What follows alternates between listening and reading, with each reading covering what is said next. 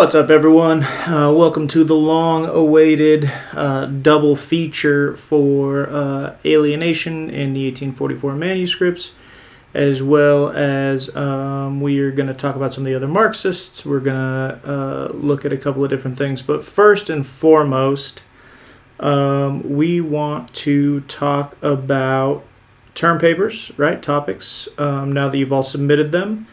And we want to talk about videos. So I'm going to try and chapter these on YouTube so that you can skip between them if you need to go back. The intros will be short, I hope. And I'm just going to give you some ideas of what I'm looking for in terms of video stuff and just a quick synopsis of the next stage in term paper writing. So for term papers, everybody's topic should be in tonight. I'm recording this Sunday, so it'll be hopefully up tomorrow morning for you Monday. Everybody's term paper topic, well, I guess first of all, just an absolute bunch of you guys came to that extra office hours that I held, which I thought was really good and useful. I'm really glad that you did that. And everybody's topics were just fantastic that I've read so far. Everybody that I talked with just had great ideas, so I'm really looking forward to your papers. The next thing that's going to be due is your outline, and I will, or me, my peer facilitators, and my TA will give you guys feedback on your term paper topics, ask you a couple of questions, maybe point you to a source or two that we like for what you're doing, and then you can respond to those questions in your outline to give us a better sense of what you're thinking about doing for your paper and where you're at and how things are going. So congratulations on making it through basically half the semester. I've been having a great time doing this course. And I think you guys have hopefully been having a good time participating in it. Your answers are all I'm trying not to head pat you guys, but at the same time, you are working really hard in a really difficult course. And so you should be really proud of yourselves thus far. All of that being said, let's see, chapter 2 of this video is going to be about your videos for the midterm.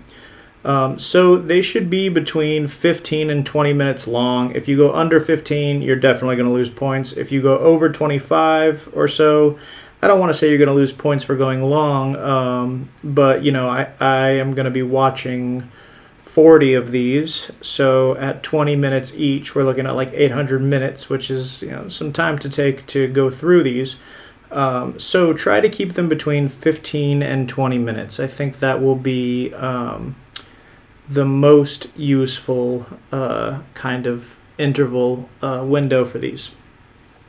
So what I'm looking for, I think importantly you should try to talk about something in your midterm video that has to do with what you will be writing about in your term paper. So if you are going to be writing about, say, prison culture, try to include something about that. Now, the important thing about that is some of you are writing about things like prison culture, which we haven't talked about yet.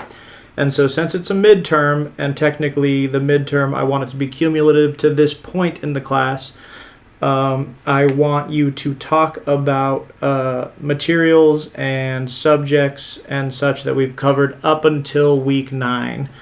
And so that means prison culture is technically off the table in the robust way that it will be on the table for the final, right?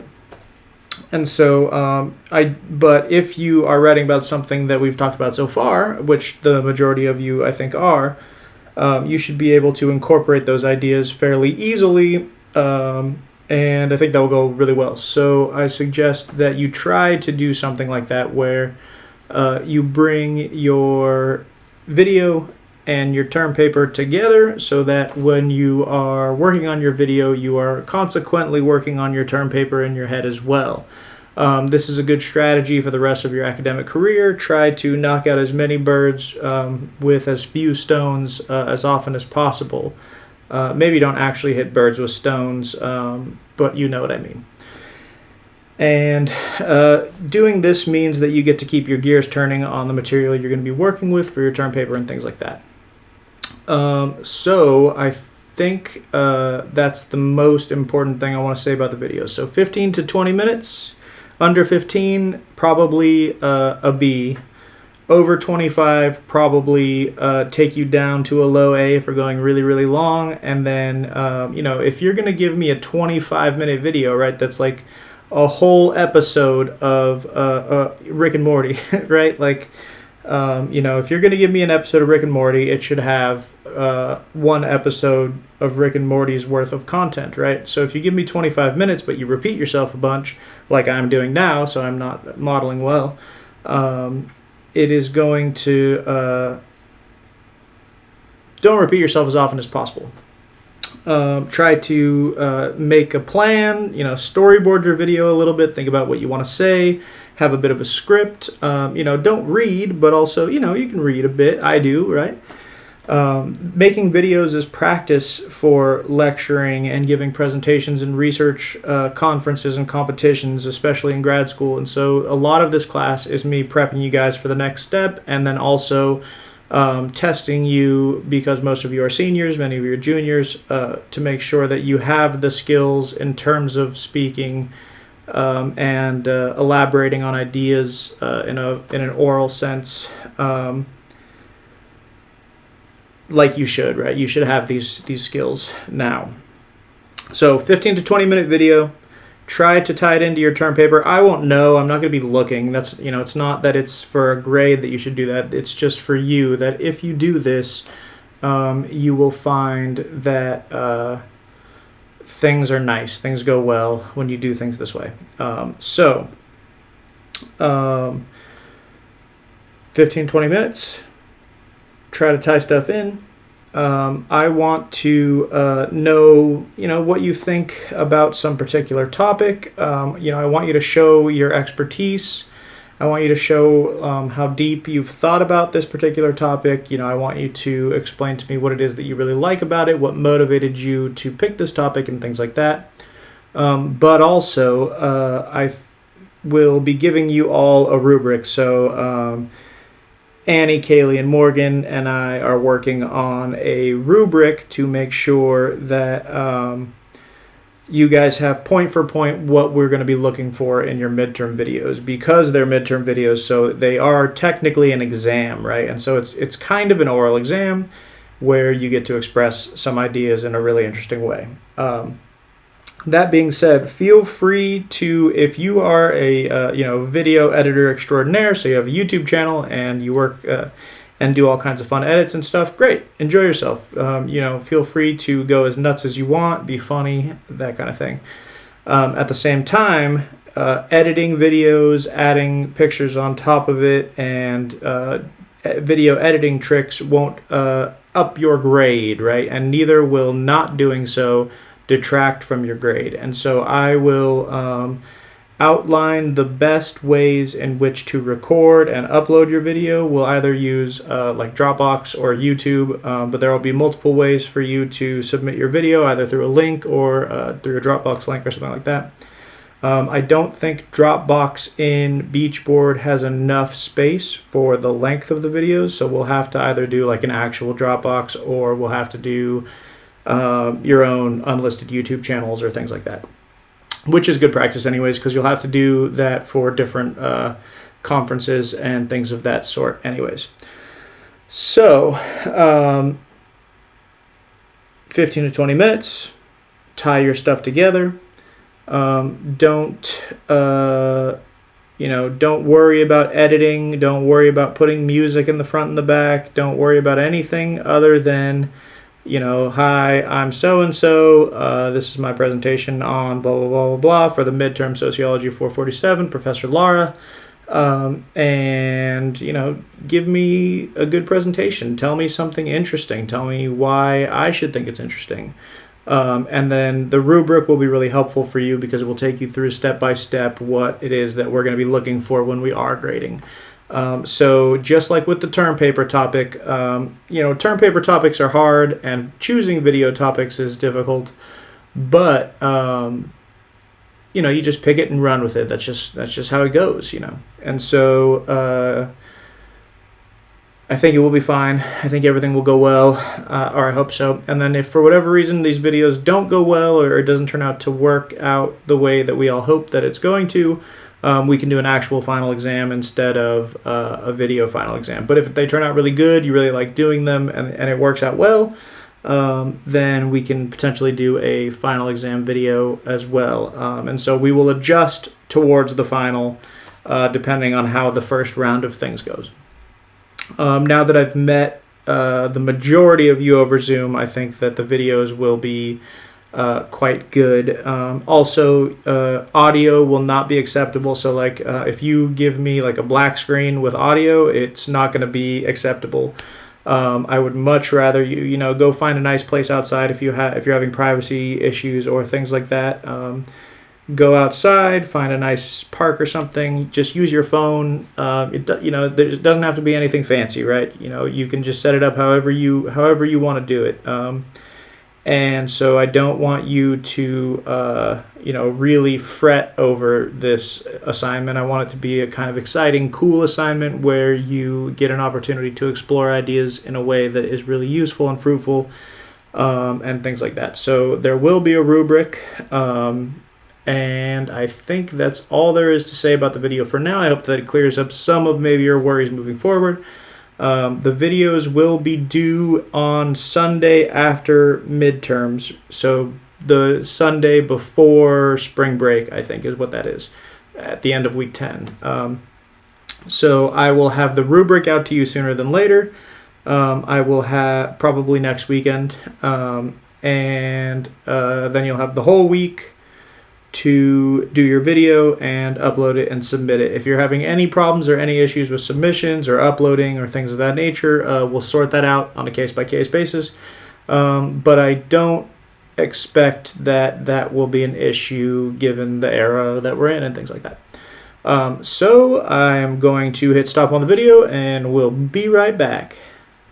Alright, so for Marxisms, it's really interesting to me how this has kind of become the focal point of this class, and I guess that makes sense because it was the focal point of the reader, but it's, I've been doing Marx and Marxism and teaching Marx and reading Marx and writing about Marx for forever, and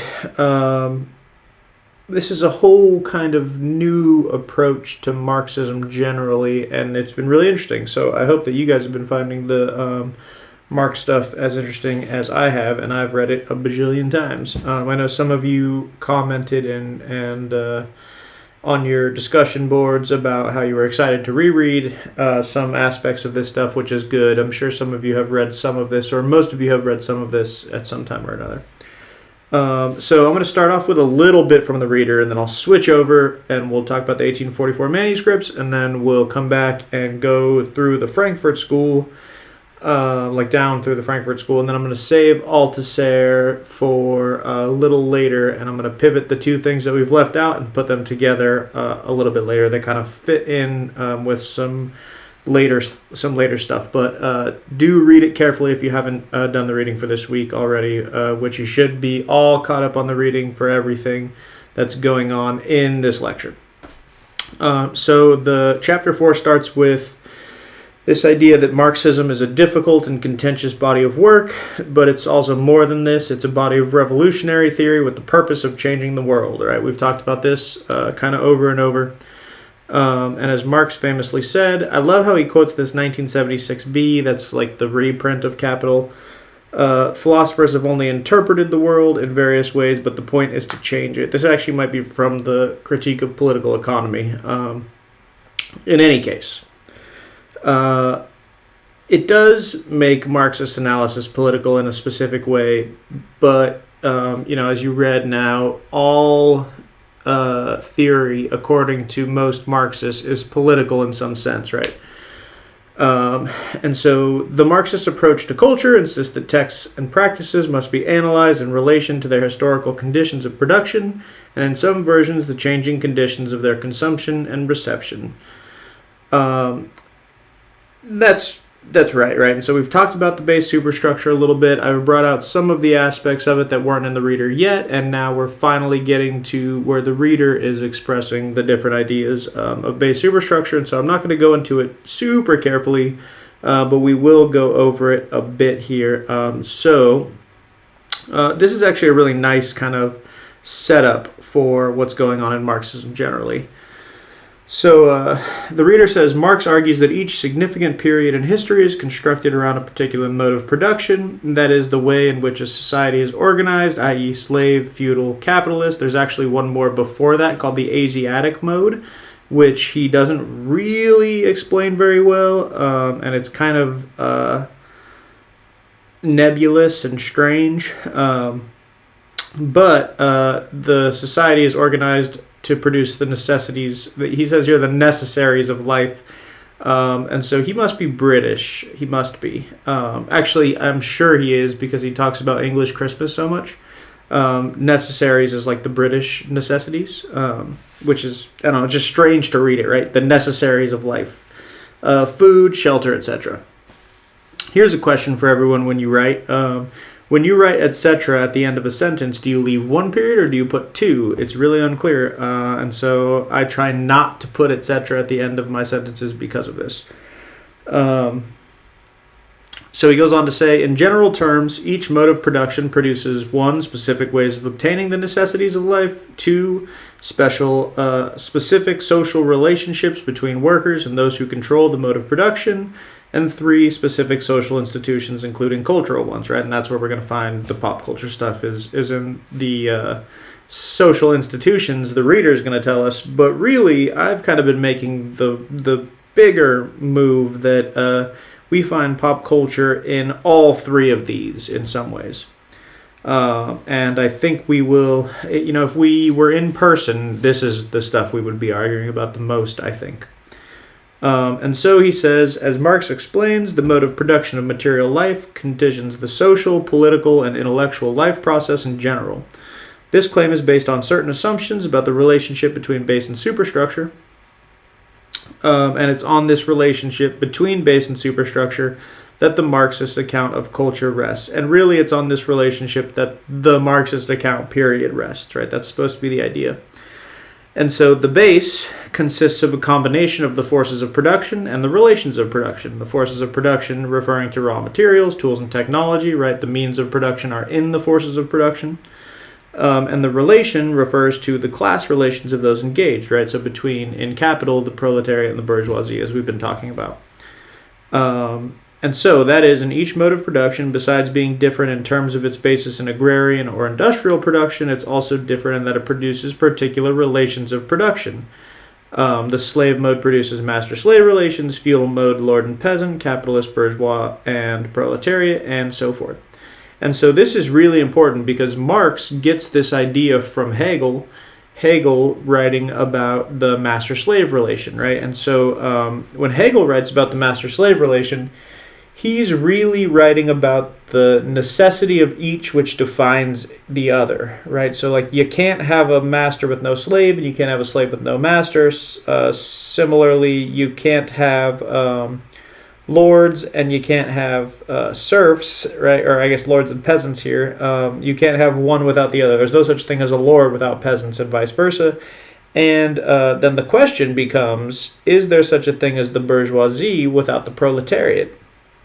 And that's a much more interesting question.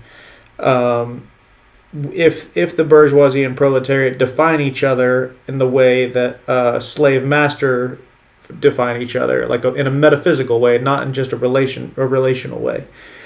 And it's kind of unclear. Like the question of can there be a proletariat with no bourgeoisie? The answer seems to be yes.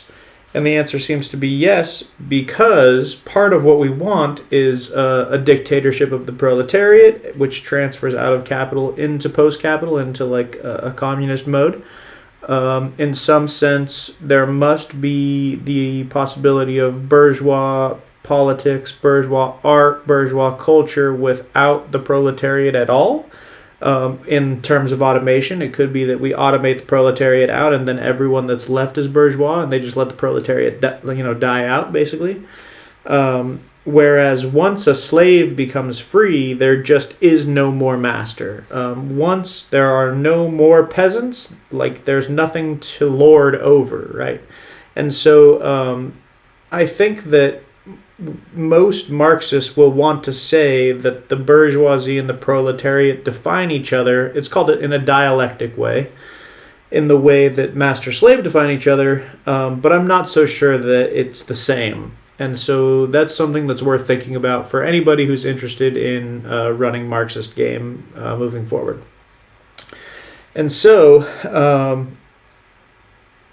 it is interesting. So when Hegel talks about this stuff, he really does mean that they define each other in a really robust way, that they can't exist without the other. And so Marx, being one of the young Hegelians, or one of the post-Hegel Hegelians, is working from this assumption. And so the reader goes on to say the superstructure, which develops in conjunction with a specific mode of production, consists of institutions, political, legal, educational, cultural, and so forth, and definite forms of social consciousness, political, religious, ethical, philosophical, aesthetic, cultural, etc., are generated by these institutions, right? And so pop culture is supposed to be here in the superstructure, right?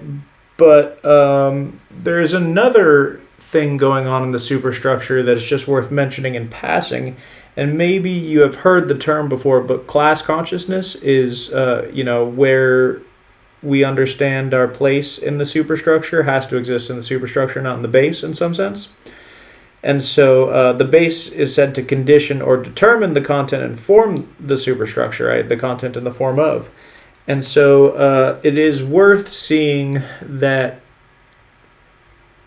what we've been talking about in this class, in our particular version of this course, is that maybe pop culture exists in the base, not just in the superstructure. And if so, and if we can make a really clever argument for that, we can do something new that I think hasn't been done in the way that we've been doing it. And that would make it like a kind of extra worthwhile thing that we've done.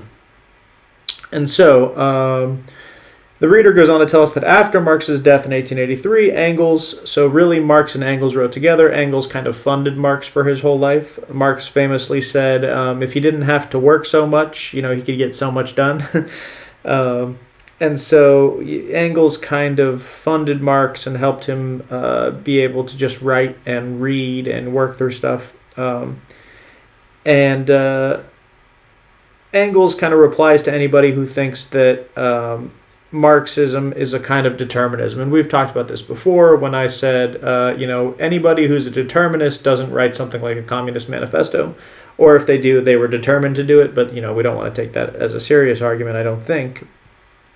But Engels says, according to the materialist conception of history, the ultimately determining element in history is the production and reproduction of real life. Neither Marx nor I have ever asserted more than this. Therefore, if somebody twists this into saying that the economic factor is the only determining one, he's transforming that proposition into a meaningless, abstract, absurd phrase. The economic situation is the basis, but various components of the superstructure also exercise their influence upon the course of historical struggles and in many cases determine their form.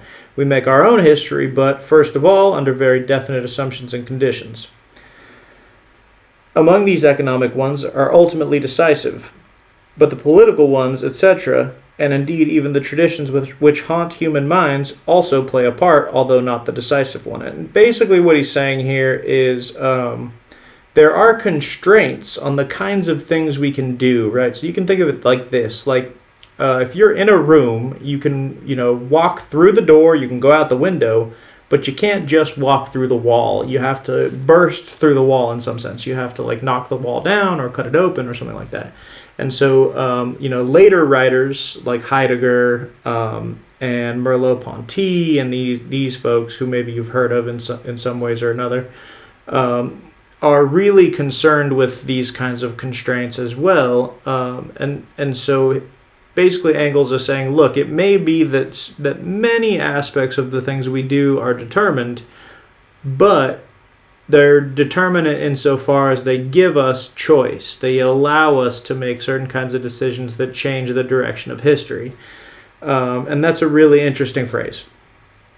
And so, for Marx and Engels, the ideas of the ruling class are in every epoch the ruling ideas, right? So the class, which is the ruling material force in society, is at the same time its ruling intellectual force. And Story says what they mean by this is that the dominant class, on the basis of its ownership of and control over the means of material production, is virtually guaranteed to have control over the means of intellectual production.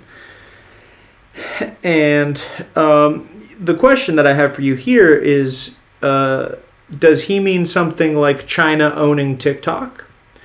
Or does he mean something like just the few companies that own, Fox, CNN, and so forth as news outlet for entertainment, where you can watch those videos where everybody that's a newscaster says the same thing on a script, right? And so this is an interesting question, I think. And so maybe we will talk about it next week in discussion while you guys are working on your videos or something. And then he goes on to say more about the English Christmas in the 19th century. I don't know why he's obsessed with this idea of Christmas. I don't know what's going on with that. In any case, so I'm going to switch over to the 1844 manuscript, and we're going to run through it first before we go into the Frankfurt School. So it's kind of nice to have a little background on Marxism, and then we're going to do a little bit of Marx. I think it was important that you read some Marx if you hadn't read any before, kind of get a sense of what it is that Marx sounds like and feels like. And then we'll come back to Frankfurt here in a second.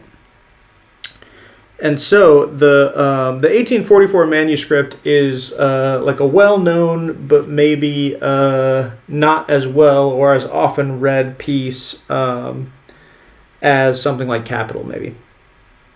Maybe not, I don't know. I always read it whenever I teach Marx. I always have you guys read it whenever I work on this stuff.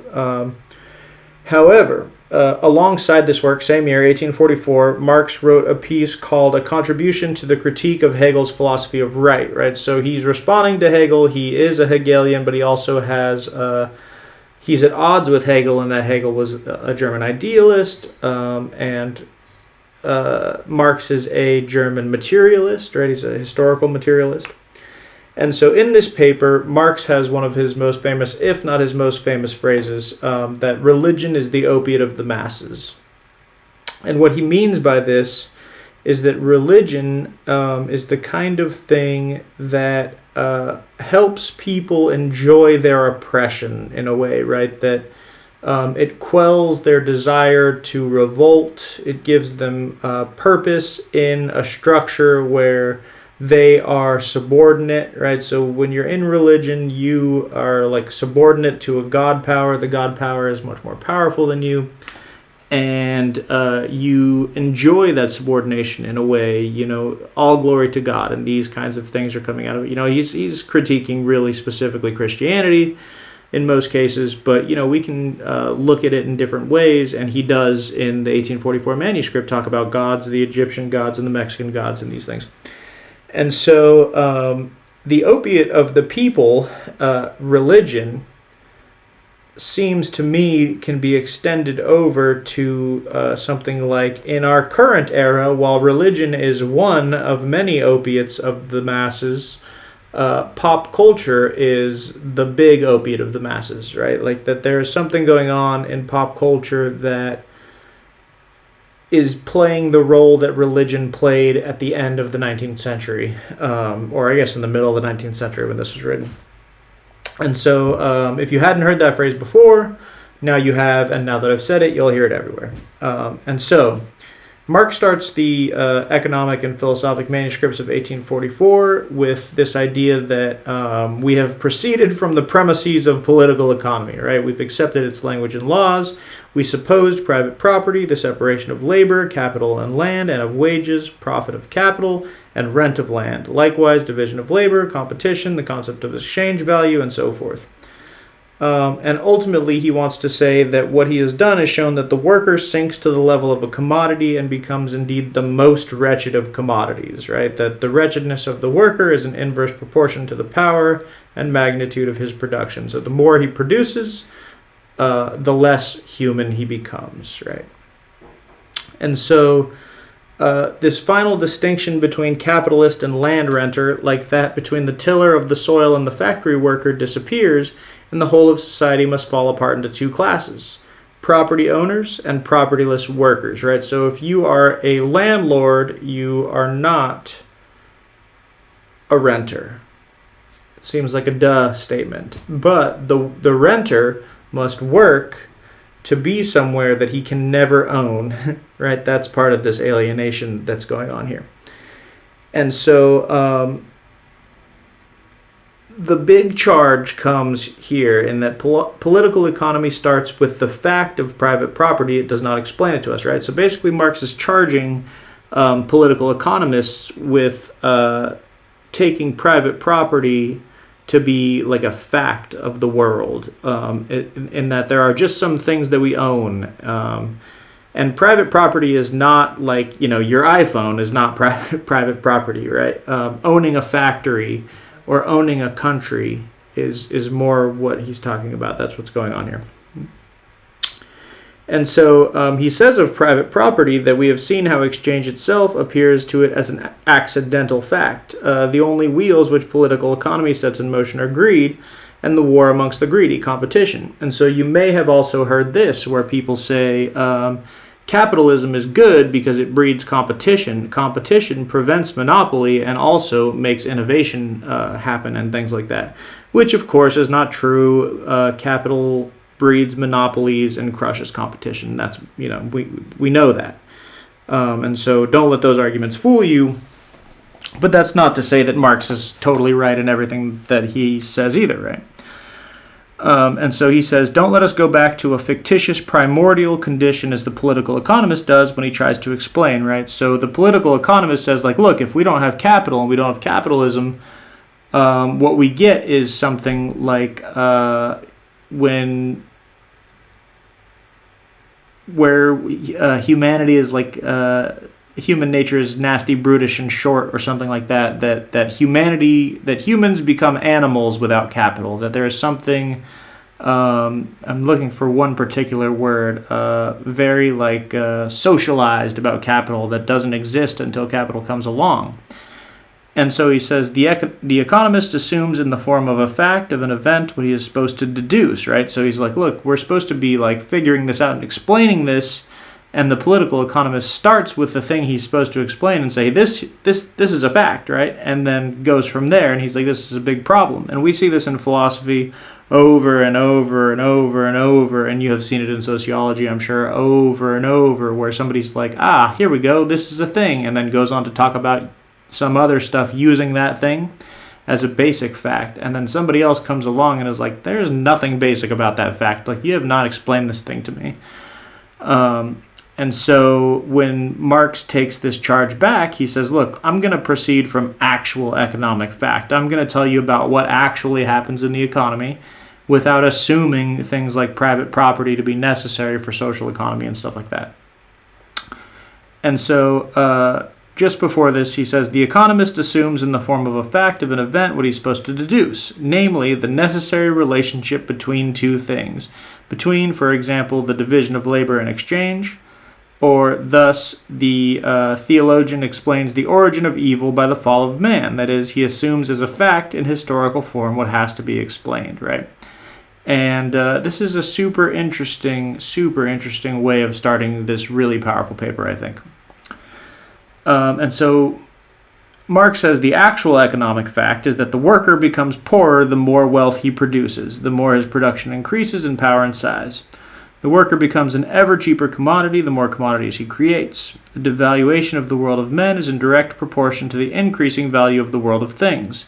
Labor produces not only commodities, it produces itself and the worker as a commodity, and this at the same rate at which it produces commodities in general. So basically, when somebody is a worker, Their work does not just produce commodities outside. The work turns the worker into a commodity. It turns the labor itself into a commodity, which is really complicated how that's supposed to work, and we're not going to get into that. But also then it generates commodities in things. And so the problem, though, is that the fact expresses merely that the object which the labor produces, labor's product, confronts it as something alien, as a power independent of the producer.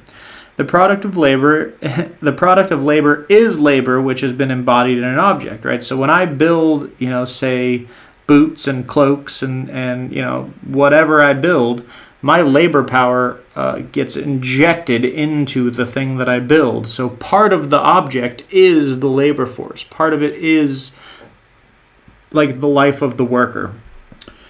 And so labor's realization is its objectification. And under these economic conditions, this realization of labor appears as a loss of realization for the workers.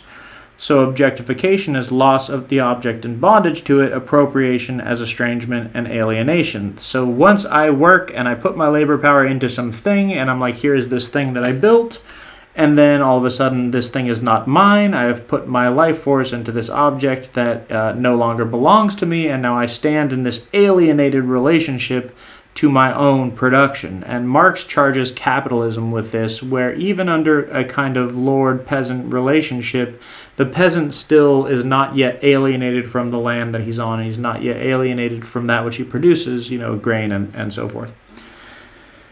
And so, Marx charges political economy with concealing the estrangement inherent in the nature of labor by not considering the direct relationship between the worker and production, right?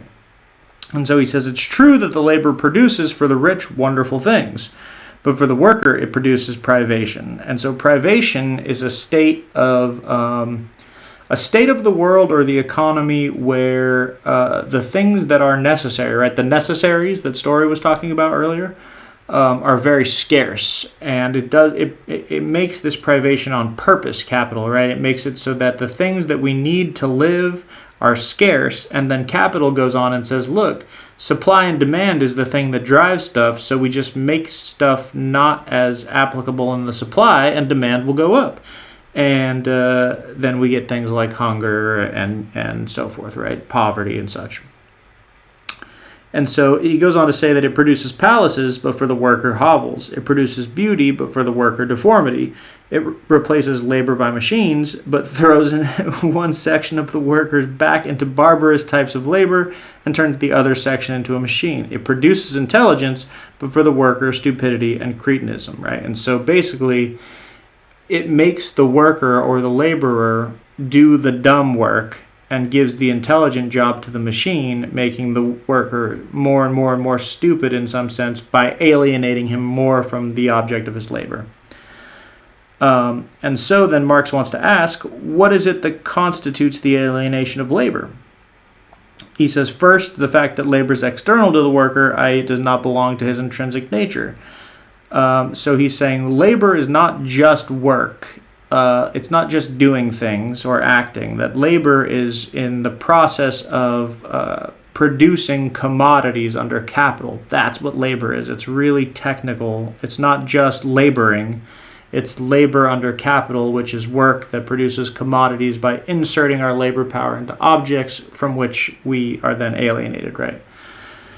That it doesn't affirm himself, but it denies himself. It doesn't make him feel happy. It makes him unhappy. It doesn't develop freely his physical and mental energy, but mortifies his body and ruins his mind.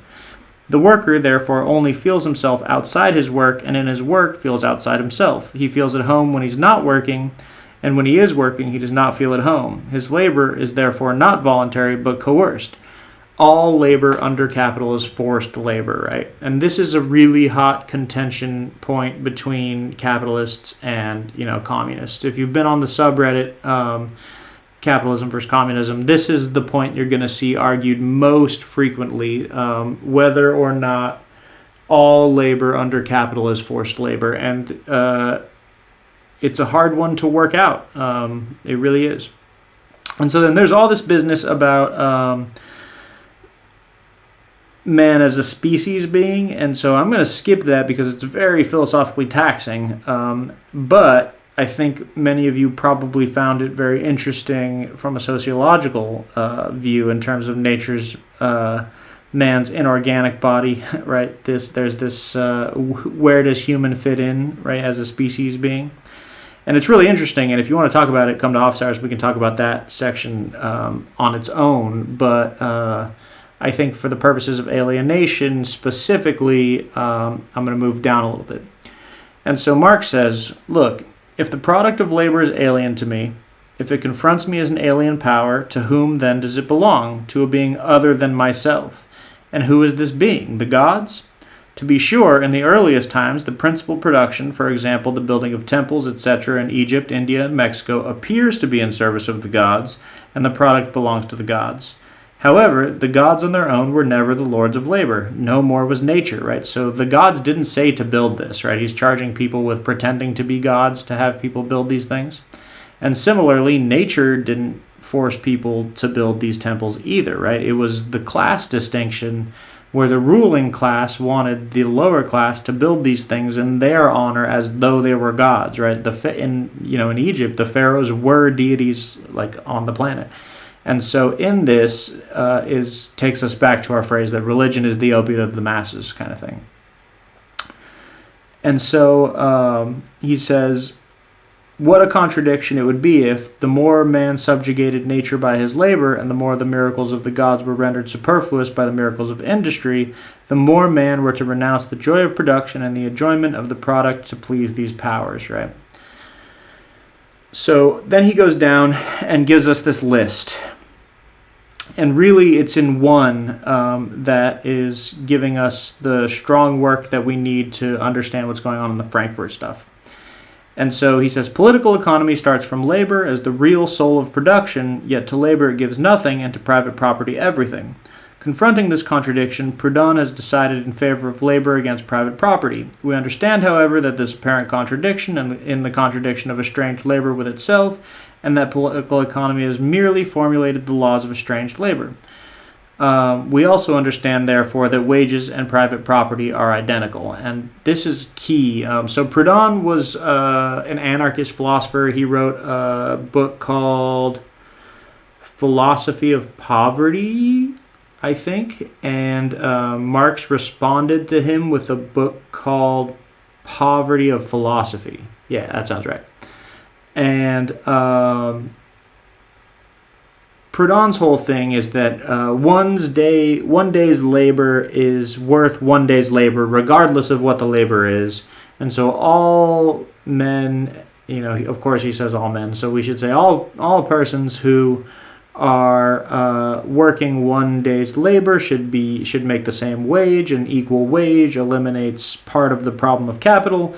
And Marx is like, oh, no. Private property and wages are the same thing. That somebody who owns a factory, somebody who pays wages, is doing so by exploiting somebody and forcing them into labor, right? It's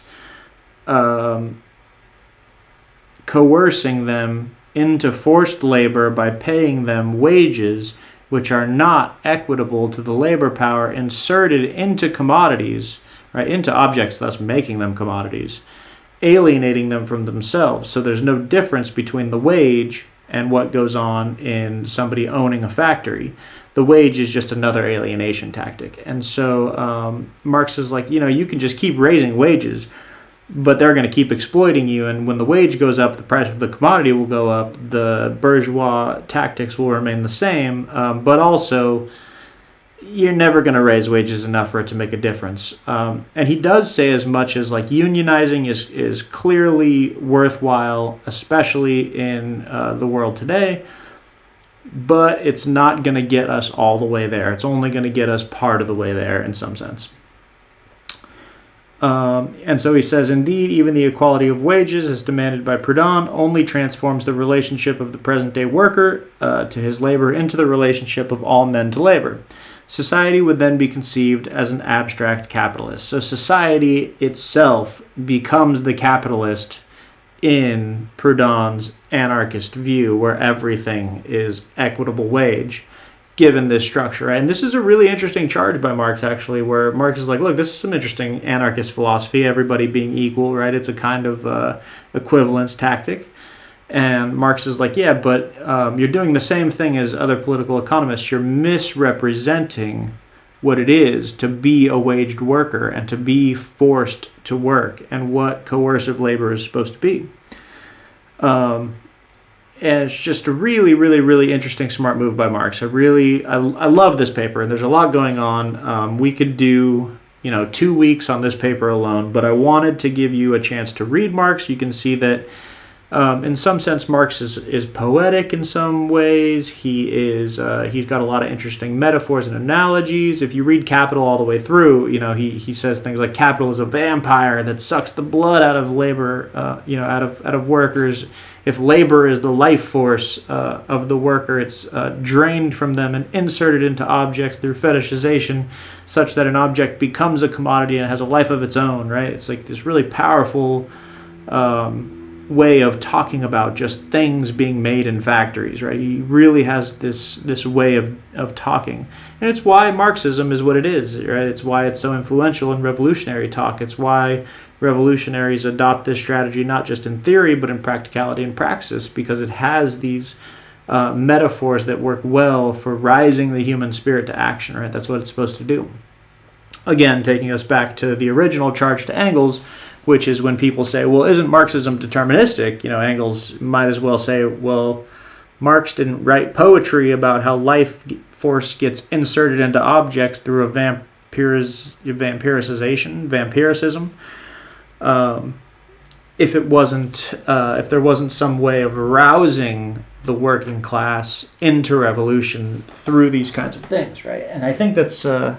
I still think it's an interesting move in response. I think that it's a worthwhile move in response. I don't think it's the only response that we have in our tool belt if we were going to respond, but it is a cool one.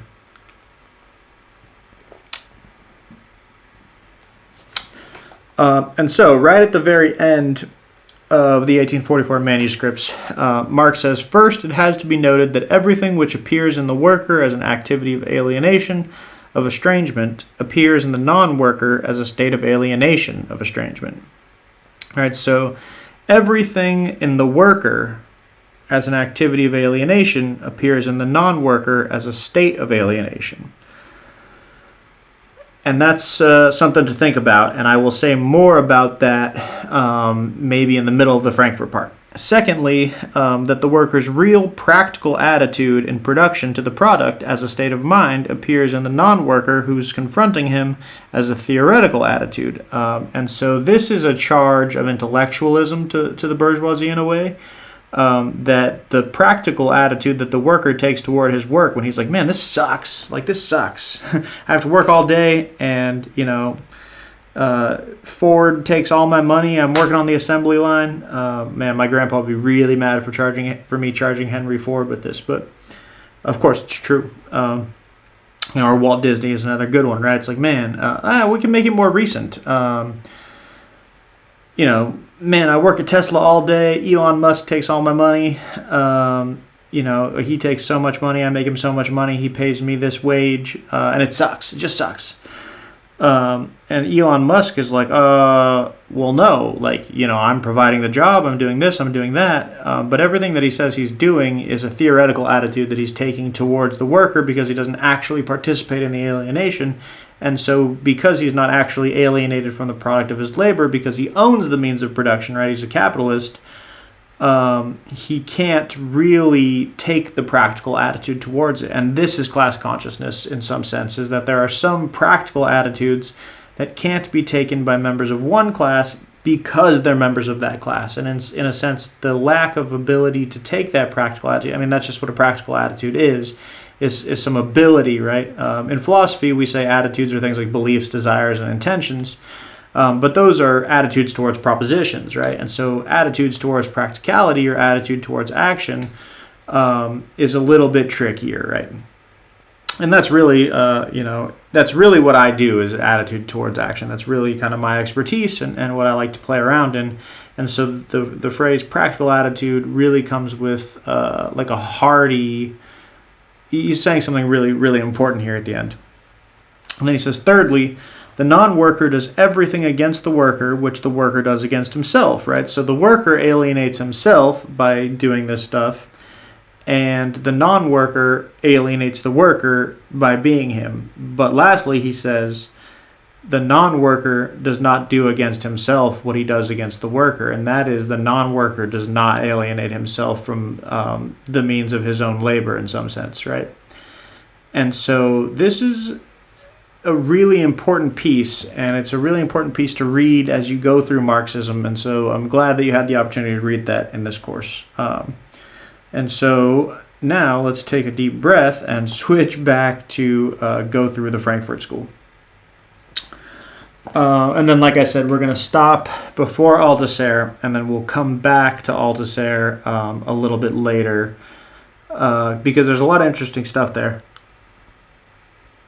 But I also think that it'll be more worthwhile after we've had a little bit of background in the stuff in the coming weeks. So, the Frankfurt School, the reader tells us, is the name given to a group of German intellectuals associated with the Institute for Social Research at the University of Frankfurt, established in 1923. Moved to New York after Hitler comes to power, and goes to Columbia in 1949. It moves back to Germany. And critical theory is the name given to the Institute's critical mix of Marxism and psychoanalysis, right? And so when we get through psychoanalysis, we'll have had Marxism and psychoanalysis, and then we will be able to look at critical theory critically, right? We'll do critical theory. Maybe we will, maybe we won't. I'm not sure, actually. But that sounds fun. So at the very top of this section, it gives us the term culture industry, which now we have talked about in the last lecture. So in 44, Adorno and Horkheimer give us culture industry as a term, and they use it to designate the products and processes of mass culture. The products of the culture industry, they claimed, are marked by two features. Homogeneity, film, radio, and magazines make up a system which is uniform as a whole in every part, and predictability, right? As soon as a film begins, it's clear how it's going to end, who's going to be rewarded, punished, or forgotten. And in light music, right? Light music, popular music, once the trained ear has heard the first notes of a hit song, it can guess what's coming and feel flattered when it does come. The result is a constant reproduction of the same thing. And so, where I criticized, Matthew Arnold and Levicism as being upper echelon intellectualists that look down on people, I think that Adorno is doing something similar here. He's just masking it better, right? And so my question about this whole section is, does this stuff hold up, right? So like Adorno is really given he's given a lot of deference for coming up with the stuff and sorting this stuff out and being the person who really brings pop culture together, and yet I don't know, right? So Story tells us whereas Arnold and Levicism had worried about popular culture, or worried that popular culture represented a threat to cultural and social authority, Frankfurt School argues that it actually produces the opposite effect. It maintains the social authority, right? And so somewhere down the middle, some of you in your discussions have argued that really pop culture does neither of those things, right? It allows us to threaten cultural and social authority not through an anarchist way, but also it doesn't maintain social authority necessarily either, right? So it's not anarchy nor conformity in some sense. And so Adorno thinks that we're caught in this circle of manipulation and retroactive need in which the unity of the system grows ever stronger. And in some sense, I have been saying something like that, but I think not quite that. And so he says, if you're humorous, good-natured, quick-witted, and charming as, what's her name in the comedy, So he's reading an American situation about a young school teacher who's underpaid and continually fined, and she learns to kind of navigate this world, right? Basically, in other words, the script is a shrewd method of promoting adjustment to humiliating conditions by presenting them as objectively comical and giving a picture of a person who experiences even her own inadequate position as an object of fun, apparently free of any resentment. And so we see this all the time in everything, right? So, like, think about the last time you saw a news article where it was like, a 4-year-old boy sells lemons on side of the road to help his classmate whose parents were killed in a car accident have a Christmas. And everyone's like, yeah, oh, now I did the Christmas thing, dang. And everyone goes, yeah, like this kid did it here. And really the story is 4-year-old child labors to produce commodities worth selling by injecting his own labor power into it through forced labor so that he can pay for another child's well-being, right? When really the state should just handle that. Like it's ridiculous. Not to say the state should handle, Christmas, which is why the Christmas examples are not good, right? But it's, it seems tricky, but also it seems not tricky, and it's hard to strike that balance. So the reader moves on then to Lowenthal, right, who says that culture industry, by producing a culture marked by standardization, stereotype, conservatism, mendacity, manipulated consumer goods, has worked to depoliticize the working class, limiting its horizon to political and economic goals that could be realized within the oppressive and exploitative framework of capitalist society. He maintains that whenever revolutionary tendencies show a timid head, they are mitigated and cut short by a false fulfillment of wish dreams, like wealth, adventure, passionate love, power, and sensationalism in general. In short, the culture industry discourages the masses from thinking beyond the confines of the present. And again, I don't know. I don't know if this is right. And so maybe we'll have a quick discussion on this sometime as well. Really we've been talking about this the whole class, but we'll see how that goes. So the reader says, in other words, by supplying the means to the satisfaction of certain needs, capitalism is able to prevent the formation of more fundamental desires. The culture industry thus stunts the political imagination. And I think what they mean here is something like it feels like revolution when it actually isn't. And a few of us talked about this at the office hours that I held on Friday, where we talked about, when Black History Month comes around, every different company does something for it, right? And it's like, companies don't care about stuff that way. They just want you to spend your money. You know that, right? And still there's this pull. Similarly, when we are on social media and we do something like we put, a black square up or colored square up for whatever it is that's going on Instagram, it feels like participating in revolution, but we haven't, right? We haven't participated in revolution. It's made us more complacent because we can do these things that feel like participation in revolution.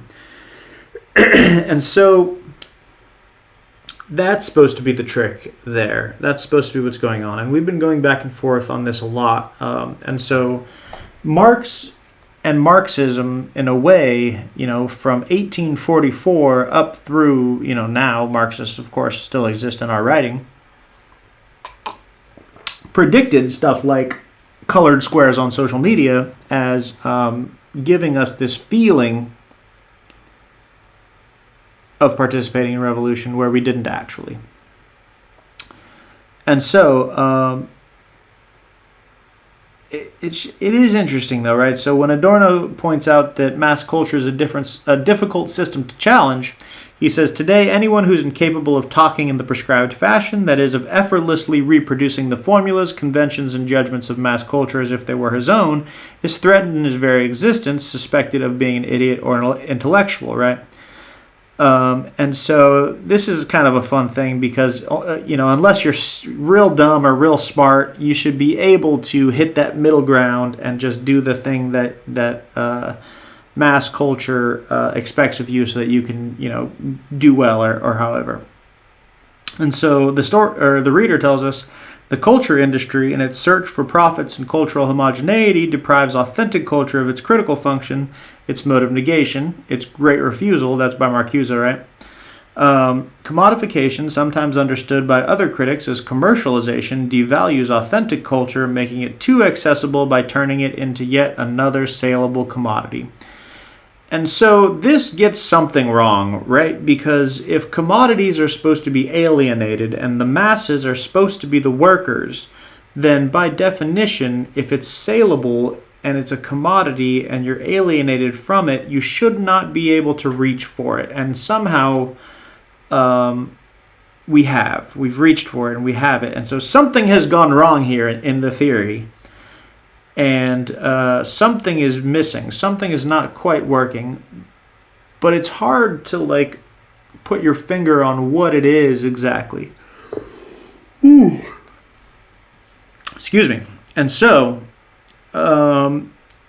this is worth thinking about.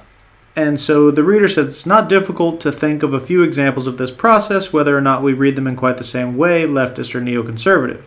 In the 1960s, a bedsit without a poster of Che Guevara was hardly furnished at all. Was the poster a sign of a commitment to revolutionary politics or a commitment to the latest fashion? Or was it a complicated mixture of both, right? And so back to Tony Bennett, providing a telling example of an advertisement inserted in the Times gives us this this main question, right? And then it was fun to read the Matisse because I was writing this other paper for a potential journal submission, writing about Matisse and the Fauvists in epistemology, which is always fun to do. Always try to get art and what you're working on in academia together. That's what we're doing in this class. And if you can do it successfully elsewhere, you can really make a point about what you're trying to say. And so I think the main question is found in here. I wish I had the dun, dun, dun, dun, dun, dun, from TikTok right now. And so he goes on to say that we might also think of the way that opera and classical music is used to sell anything from bread to expensive motor cars. And so, we see this all the time on social media, especially on TikTok, right? As soon as a TikTok sound gets, starts hitting, we start to see that sound used in a stupid ad for a shower head that probably doesn't actually work, or like an ad for a fake product that puts a projection onto your wrist and then you can press buttons, but of course that doesn't work. There's no such actual product, right? And so we see this motion from pop culture to advertisement. And so the question is, does the pop culture get injected into the advertisement for commercialization and commodification? Right? That would be like the Adorno thought. Or is the thought more that advertisement, commercialization, and commodification just is part of popular culture, right? It just is part of that umbrella. And if you can understand that distinction, you can understand and see what it is that's going on in something like what we're doing in here generally versus what Adorno and some of these guys are saying, and Marcuse and these guys, right? The Frankfurt School really wants to tell us that pop culture is a stultification of certain kinds of culture, which turns it into mass culture and then can be injected into commodification process for advertisement and commercialization, right? Helps us not only to stay stagnant and not participate in revolution, but also helps as a saleable commodity itself. It gets attached to other kinds of commodities in things like advertisement on social media, and it's just part of that process, right? That they go together, as opposed to pop culture is up here and all of that stuff fits in it, right? And so, the way that you see that difference will dictate what you, as an expert and theorist, my student, think about pop culture and maybe even Marxism and some of these other things generally. And a lot of you have said a lot about this distinction in different ways, which has been really interesting to read. All right, so the reader says, According to the Frankfurt School, work and leisure under capitalism form a compelling relationship. The effects of culture industry are guaranteed by the nature of work. The work process secures the effects of the culture industry. The function of the culture industry is therefore ultimately to organize leisure time in the same way as industrialization has organized work time. Work under capitalism stunts the senses. The culture industry continues the process. The escape from everyday drudgery which the whole culture industry promises is a paradise of the same old drudgery. Escape is pre-designed to lead back to the starting point. Pleasure promotes the resignation which it ought to help forget, right? And so, in some ways, they're charging, listening to popular music and being on TikTok and Instagram and things like this as just another part of the workday in a way that you have to, that it requires a certain amount of work, requires a certain amount of inserting your labor power into it, and it thusly alienates you further. This is not the same kind of alienation that I am talking about usually when I say that pop culture alienates ourselves, right? I'm talking about when you see something that's unattainable, that you can't be because, it's fake, right? Not even just that you can't work hard for it and get it. It's doctored. It's not real, right? So when Kendrick says, I'm so sick and tired of the Photoshop, right? Like, he's pointing out this Marxist problem, right? Is that do we see it as this alienation because of our participation, or do we see it as alienation because it's something that we can't participate in, right? And that's getting back to the 1844 manuscripts and what's going on over there. And so it's really kind of hard to parse what side we're on most of the time, and sometimes we bounce back and forth. And so that's worth thinking about. But so in Adorno's essay on popular music, he makes these three claims, right? That music is standardized, that it is a successful pattern that gets exploited through commercial exhaustion, where details can be interchanged, right? We've seen this, or maybe not, but maybe you've seen like the 4-chord songs where they play like a bunch of songs in a row using the same 4 chords. He means something like that, right? And so he says, unlike the organic structure of serious music, where the detail expresses the whole, popular music is mechanical in the sense that the given detail can be shifted from one song to another without real effect on the structure as a whole. And so, of course, this distinction means that Adorno never listens to MF Doom or Kendrick Lamar, right? And where clearly you can't move these things around. And when we look into To Pimp a Butterfly and we try to alter the structure and move these shapes around in an Adorno way, he's going to have to come to grips with something. Either he's going to say, look, Kendrick Lamar is serious music, like Beethoven and Bach, which people have a hard time doing for some reason. I wonder why. And then on the other hand, MF Doom and so forth. And on the other hand, he's going to have to take charge of whether it's serious or not, and what do we say about that. And so he says the music industry engages in pseudo-individualization, right? Like where it looks like we're pumping out new hits, but we're not, right? Every Taylor Swift song is every Carrie Underwood song or something like that. And it keeps listeners in line by making them forget that what they listen to is already listened to for them or pre-digested. And I think there's something interesting there that is worth further digestion. You have further digestion of pre-digestion. And so the second claim is that popular music promotes passive listening. As already noted, work under capitalism is dull and therefore promotes the search for escape. But because it's also dulling, it leaves little energy for real escape, the demands of authentic culture. And what do you think about that, right? This idea of passive listening. I think that is not true. I think that strong artists and strong music exists and existed in his time. Pink Floyd was writing at this time, and if anything, Pink Floyd is the opposite of all these things, right? It's a real escape that is not dull. It requires active listening. Grateful Dead had written what they were doing. Graham Parsons was writing.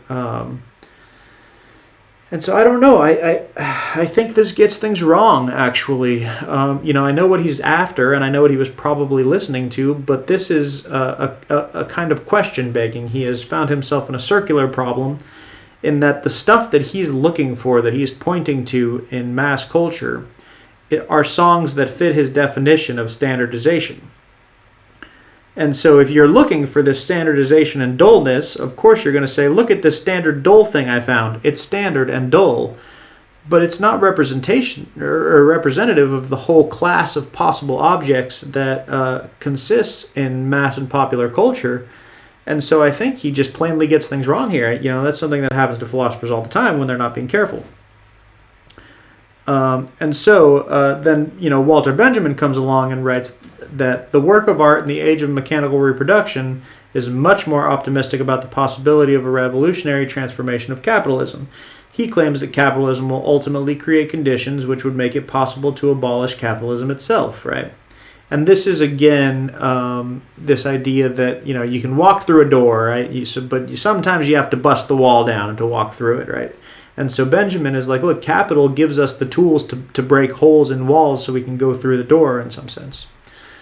And so he believes that changes in technological reproduction of culture are changing the function of culture in society, right? So technical reproduction can put the copy of the original into situations which would be out of reach for the original itself. And the best thing that I can take from this passage, I think it's such an interesting thing to say in 1973, is that's just what sampling is in hip-hop. That's just what sampling is in hip-hop, is that you take the technical reproduction and you put the copy of the original into situations which are out of reach for the original itself, namely for Kanye to come and put Jesus Walks, right, over the top. And so interesting that these guys are saying these things. You know, they're prophets in their own way. There's a book called Prophets of the Hood that if you haven't read, it's worthwhile. Maybe I'll have you guys read a section of it just for fun. And of course, this is an oppositional approach to Adorno. And then he has this whole aura of texts and practices, which I'm going to skip, but you should definitely read it carefully, right? And so it ends here before moving to the Althusserian approach. There's that table on 68 that I think is really interesting and useful for understanding the Frankfurt stuff. But, you know, my question again is it applicable, or is the information in it still true? I'm not sure. And so, all right, well, I'm going to come back to the Althusser stuff later. I wanted to make sure we get up through this stuff now because the Althusser stuff takes this big transfer from the Frankfurt School. And I want to kind of look at it through a different lens a little later, but read it carefully and everything like that. I hope that you guys are all caught up on your reading. I hope you're looking forward to doing videos before spring break. I'm glad I got to meet a bunch of you face-to-face over Zoom on Friday. And, you know, as always, if you have any administrative problems, you have any questions, if you have any questions at all, reach out to me over email, come to office hours. More people are coming to office hours, which is good. I highly suggest you always come to office hours. But other than that, have a great rest of the week, and I will talk to you soon.